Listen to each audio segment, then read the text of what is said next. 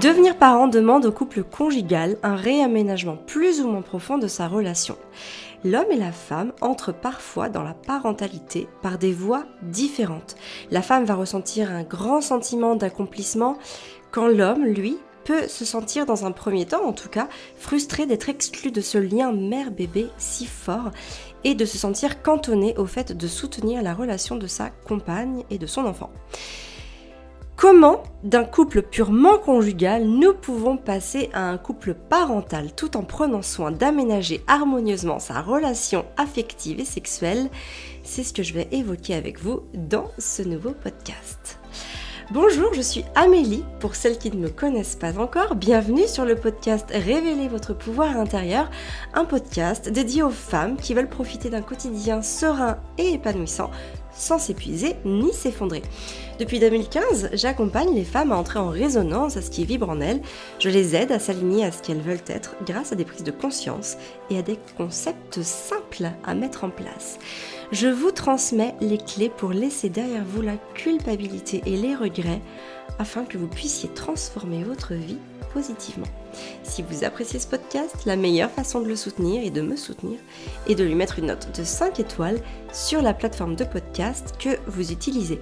C'est une très belle manière de soutenir mon travail et de permettre à d'autres de le découvrir plus facilement. Alors un couple sans enfant, c'est déjà 3 entités bien distinctes. Il y a votre conjoint, votre conjointe, vous et le couple. Chacun arrive avec son éducation, ses traditions, ses schémas automatiques. Et en plus, vous allez créer une nouvelle identité, le couple que vous allez former tous les deux. Alors déjà, peut-être que ce n'est pas évident de gérer vos différences, de faire preuve d'écoute et de patience l'un envers l'autre, alors que vous n'êtes que deux. Imaginez les difficultés qui peuvent s'annoncer à l'arrivée d'un premier enfant. Et souvent, c'est exactement à ce moment-là que les problèmes arrivent. Avant de rentrer dans le vif du sujet, je voudrais juste vous rassurer que passer sa vie ou un moment de sa vie auprès d'un homme ou d'une femme se fait rarement sans passer par des moments de tension, voire des crises plus profondes. Donc si ça vous arrive, si ça vous est arrivé, c'est normal. Vous n'êtes absolument pas en faute ou à accuser ou à blâmer, ça arrive à tout le monde. Et en fait, ce qui est normal, c'est qu'au sein d'une relation, consciemment ou inconsciemment d'ailleurs, il y a des jeux de pouvoir, de domination, d'ascendance, des prises de fonction parentale aussi, il y a des besoins sexuels, il y a une intendance domestique, un cheminement de développement personnel, bref, autant de points où les avis peuvent diverger et rendre le quotidien plus compliqué. Avec Fabien, ça nous est arrivé donc il y a quelques années, ça nous est arrivé, on a pu l'observer, on avait un ami très très proche de nous, voilà, qui était tout ce qu'il y a de plus normal, c'était un homme qui vivait, qui avait des besoins et qui s'exprimait, qui s'affirmait, etc. Et puis il s'est mis en couple avec une femme, et en fait quasiment du jour au lendemain, on l'a vraiment vu complètement évoluer. Et en fait, quand on les voyait tous les deux, eh bien, ils nous disaient toujours que il n'y avait jamais de dispute chez eux, que tout était fluide, que voilà. Et c'est vrai que c'était quelque part un petit peu culpabilisant, un petit peu frustrant pour Fabien et moi, parce que nous, on se prenait souvent la tête, parce que chez nous, il y avait beaucoup de mots plus hauts que d'autres. Et alors c'était pas invivable non plus, mais Fabien et moi, quand on a des trucs à se dire, des fois quand on n'arrive pas à se le dire, on va se le dire plus fort pour que l'autre entende. Bref, c'est ce qu'on faisait avant. Et donc voilà, il nous disait que tout allait super bien dans leur couple, et c'est vrai que c'était culpabilisant. Et puis voilà, on les a vus ensemble, on les a observés jour après jour, et en fait, on s'est quand même rendu compte que notre ami, puisque c'était lui notre ami de base, s'effaçait complètement sous la domination, sûrement inconsciente, de son ami, IE. Et finalement, on s'est rendu compte que faire évoluer une relation dans ce sens-là, alors oui, il n'y aura pas de prise de tête, oui, tout paraît bien en façade, mais finalement, il y en a un qui voit ses besoins abandonnés au détriment de celui de l'autre. Et ça, ça peut pas fonctionner de manière saine et sereine, dans un état de bien-être, sur le long terme. Donc sans être tout le temps en guerre non plus, c'est normal d'avoir des disputes, de se prendre la tête et parfois aussi de vivre des crises plus profondes. Je voulais que vous entendiez ça. Alors aujourd'hui, je trouve que les plus grosses sources de conflits dans un couple, elles ont principalement lieu autour de ces 3 sujets. Le premier, ça va être les enfants, et j'ai même envie de dire l'éducation des enfants. Il faut savoir que votre conjoint ou votre conjointe arrive avec tout un bagage. Et alors, si ce bagage n'affectait pas trop votre relation de couple lorsque vous n'aviez pas d'enfant, ça devient compliqué à gérer à la naissance de votre premier enfant. Et plus la différence d'éducation, de milieu ou de culture est grande, plus les conflits risquent d'être grands, importants et nombreux aussi. Pourquoi ? Tout simplement parce que chacun a à cœur de transmettre ce qu'il a reçu. C'est-à-dire qu'au-delà même de l'envie, c'est une reproduction inconsciente des schémas automatiques que l'on a reçus. Tous ces schémas sont une forme d'autorité, ils ont tout aussi une forme de légitimité qui vit en nous. Et on ne peut pas concevoir de les voir discuter ou remis en cause, même quand c'est avec l'homme ou la femme de notre vie. Et il y a beaucoup par exemple, on va avoir des couples qui sont de confessions religieuses différentes. Et ben, ça va être compliqué pour l'un de faire, par exemple, circoncire son fils si l'autre est d'une confession religieuse différente. C'est pareil, ça va être compliqué pour un parent de refuser que son enfant mange certains aliments ou un certain type d'aliments, alors que nous-mêmes, nous allons en manger. C'est compliqué aussi si l'un des parents punit tout le temps son enfant, alors que l'autre prône une parentalité plus respectueuse.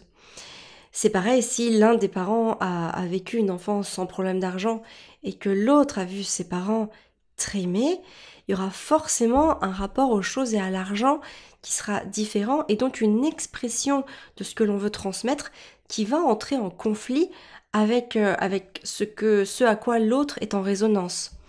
Donc les sujets de discorde, ils sont très très nombreux. Ça peut être le rapport à nos familles d'origine et du lien filial qu'on va vouloir créer avec eux. Ça va être sur les apprentissages formels, informels, l'école, les sorties extrascolaires, la motricité des jeunes enfants, la diversification menée par l'enfant, le cododo, toutes ces choses-là. Et il y a aussi, en plus, qui viennent s'ajouter à ça, toutes nos peurs. La peur de la maladie. Dans un couple, certains parents réagissent complètement différents à la maladie et à la médicamentation. Bref, vous m'avez compris, au fait de prendre des médicaments. La peur aussi de ne pas le protéger assez du monde extérieur. La peur de ne pas lui transmettre aussi ce que nous avons reçu. Il faut savoir que quand on transmet aussi ce que l'on reçoit, enfin ce que l'on a reçu à nos enfants, c'est aussi une manière, alors complètement inconsciente soit, mais c'est une manière de rendre hommage à ses parents et de quelque part perpétuer les traditions de ce que l'on a vécu. Donc quand on veut perpétuer des traditions mais que notre partenaire n'adhère pas à ces traditions, ça peut devenir très très très compliqué au quotidien. Et donc à partir de ce moment-là, vous imaginez, là je vous ai donné qu'un éventail, qu'un panel d'idées, d'exemples, mais tout, en fait tout peut devenir un sujet de conflit récurrent. Et donc c'est ça qui va évidemment être très néfaste pour le couple. La deuxième chose, ça va être la gestion domestique du foyer. Alors le sujet, j'ai même envie de dire que c'est le sujet de discorde, de prédilection, même avant d'être parent. Il y a toujours un problème sur cette partie. Et j'ai même envie de parler d'un problème structurel corrélé à un problème du genre de type générationnel. Je m'explique. En fait, généralement, les femmes, c'est plus féminin. Je fais des généralités, mais attention, tout est à des degrés différents. Et évidemment, certains hommes peuvent se retrouver là-dedans et certaines femmes pourront se retrouver aussi dans ce que j'expliquerai pour les hommes. Ce n'est qu'une généralité, je le précise. Donc, généralement, les femmes aiment lorsque leur intérieur est propre et bien rangé. Et donc, elles vont dépenser beaucoup de temps et d'énergie pour cela. Les hommes, eux, s'en préoccupent beaucoup moins. Et donc, comme ça les préoccupe moins, eh bien, ils ont pas trop l'envie d'y passer du temps, ni l'envie tout court en fait de le faire. Et c'est à ce moment-là que les conflits du genre apparaissent. Parce que la femme se voit rabaissée à sa condition, parce que les tâches ménagères sont des tâches non rémunérées et n'ont donc aucune valeur dans notre société actuelle. Alors ça, j'en parle dans mon podcast du 3 décembre qui s'appelle Maman débordée, comment s'organiser. Allez l'écouter si vous voulez en savoir plus sur le sujet. En tout cas, selon moi, ici ce que j'ai envie de vous partager, c'est que il devrait y avoir une requalification de la gestion domestique qui est à faire de toute urgence. Cuisiner, prendre la décision de ce qui entre dans notre foyer, en prendre soin, sont des missions purement stratégiques. En tout cas, selon moi. Et croyez-moi bien que je suis loin d'être une conservatrice. Chez nous, Fabien cuisine, range et lave. Mais je suis clairement la responsable stratégique de tout ça. Et c'est complètement assumé. Et le deuxième problème lié à ça, c'est que finalement, à la naissance de notre enfant, et notamment de notre premier enfant, la femme, qui est souvent en congé maternité, va prendre une grosse partie de cette intendance domestique à sa charge. Puisqu'elle est à la maison, elle va prendre à sa charge beaucoup plus de choses, donc l'homme va en faire un petit peu moins pour passer plus de bon temps, par exemple, avec son épouse et son enfant, le soir quand il rentre. Mais le vrai problème, c'est que lorsque la femme va reprendre son travail, la grandeur de cette tâche domestique ne diminue absolument pas dans les mêmes proportions. Et donc, elle se retrouve avec une charge mentale qui augmente et qui peut même finir par exploser parce qu'elle se retrouve avec tout ce qui concerne l'enfant, son travail, et elle se retrouve à tout gérer, ou en tout cas tout un tas d'aspects domestiques et administratifs quand elle est chez elle. Et donc forcément, c'est pesant pour elle. Elle a de moins en moins de temps pour elle, alors qu'elle a l'impression que le quotidien de son conjoint, lui, n'est pas forcément surchargé pour autant. Et c'est alors là qu'il y a une sacrée coupe qui est faite dans le temps pour le couple. Et c'est à ce moment-là qu'on arrive au troisième point de divergence absolue, c'est donc le temps pour le couple. C'est le troisième axe de conflit majeur dans les relations conjugales. C'est que finalement la femme qui gère les enfants, son travail et les tâches domestiques ne se sent plus pleinement femme. Elle est mère et travailleuse. Et finalement, elle n'a presque plus de temps pour elle. Elle ne conçoit donc absolument pas de céder les éventuelles minutes restantes pour nourrir les besoins de son couple, alors qu'elle-même ressent une forme de désolidarisation de la part de son conjoint. Donc ça, c'est quelque chose qui peut vraiment très très rapidement arriver, et donc la femme n'a plus du tout l'envie, ou même l'envie de faire des efforts par rapport à son couple pour se faire des câlins, pour des relations sexuelles, parce qu'elle n'a plus envie de passer du temps avec un homme qui est complètement désolidarisé de son quotidien, de ses problématiques et de sa charge mentale. Et donc elle n'arrive plus à se donner, et là notamment je parle de sexuellement, elle n'arrive plus à faire cet effort de pouvoir partager du plaisir sexuel avec son mari, avec son conjoint, à partir du moment où en fait elle ne conçoit plus, elle n'arrive plus à nourrir cet amour. Une femme, contrairement à un homme je pense, en tout cas, ça a été vu dans plusieurs études, a beaucoup plus besoin d'amour, notamment pour vivre un acte sexuel, qu'un homme, qui va parfois plus le faire par besoin physiologique. Donc c'est pour ça que c'est très très important de faire attention de ne pas en arriver là. Alors bien sûr, tout ça peut vous arriver, ou peut-être que ça ne vous arrive pas, et aussi ça peut arriver, ou en tout cas vous arriver à des degrés différents, mais il faut faire attention parce que tout cela est très latent. Alors comment faire pour dépasser justement les problèmes que je viens d'évoquer ? La première chose que j'ai envie de vous conseiller, c'est il faut commencer par ne pas imposer sa vision des choses à l'autre. C'est pas parce que l'autre ne fait pas comme vous qu'il va faire moins bien ou qu'il va chercher à vous embêter. Par exemple, nous, ça nous est arrivé quand on habitait dans notre petit appartement à Paris. Fabien, en fait, moi, j'en avais marre parce que je me retrouvais souvent toute seule à passer l'aspirateur. Et donc, j'en avais après Fabien pour lui suggérer expressément de passer l'aspirateur. Fabien, moi, il m'a clairement dit, mais en fait, moi, je préfère que le sol soit un peu moins propre plutôt que de passer l'aspirateur. Et en fait, c'était ok. Du coup, il faisait autre chose que moi, j'avais moins de plaisir à faire. Et par exemple, aujourd'hui, dans notre entreprise, je sais qu'il y a des choses que je n'ai absolument pas envie de faire parce que j'ai déjà beaucoup de choses à faire.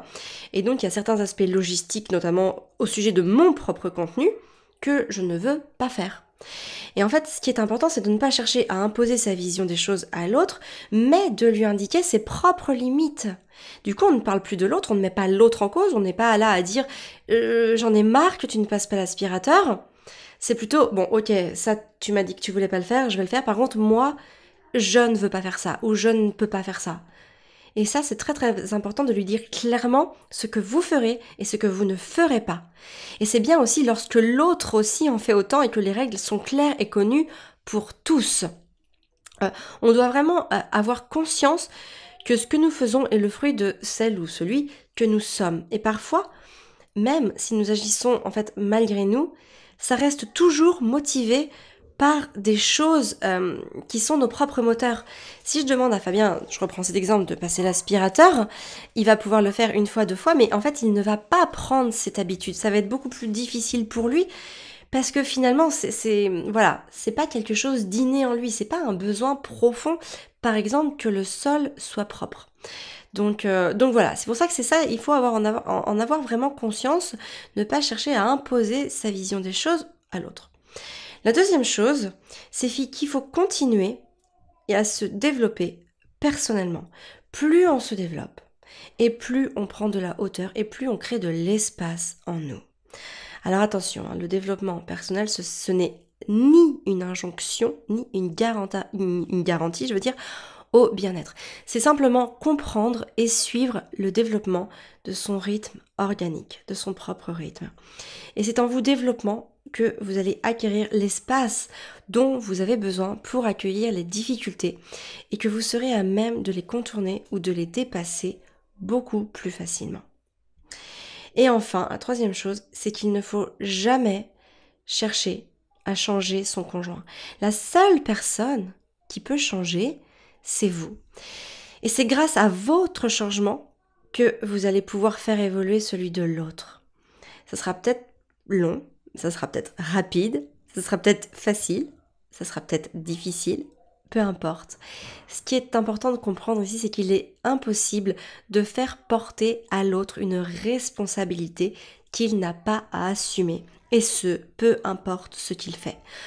On est 100% responsable de ce qu'on vit et de ce qu'on fait. Et votre conjoint, votre conjointe est aussi 100% responsable de ses actes et de ses paroles. Mais lorsqu'une situation vous pèse à vous, c'est votre responsabilité que de changer la manière dont vous allez agir pour obtenir des résultats différents. À partir du moment où vous changez, l'autre change aussi. Et ça, c'est la magie de l'approche systémique.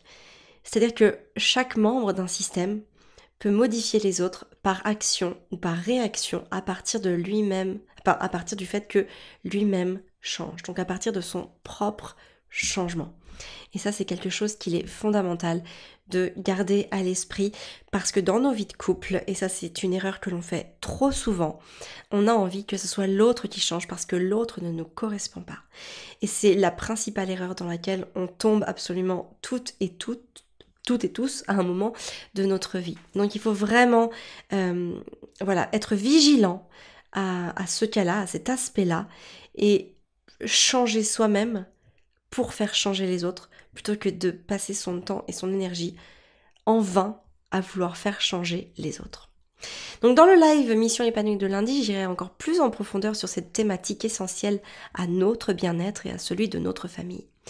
Si vous souhaitez en tout cas que je vous accompagne sur toutes ces thématiques du développement personnel à travers nos problématiques de mère et d'épouse, sachez que c'est précisément ce que vous trouverez dans mon programme Maman épanouie. Donc toutes les infos sur le lien www.famille-épanouie.fr/maman. famille-épanouie.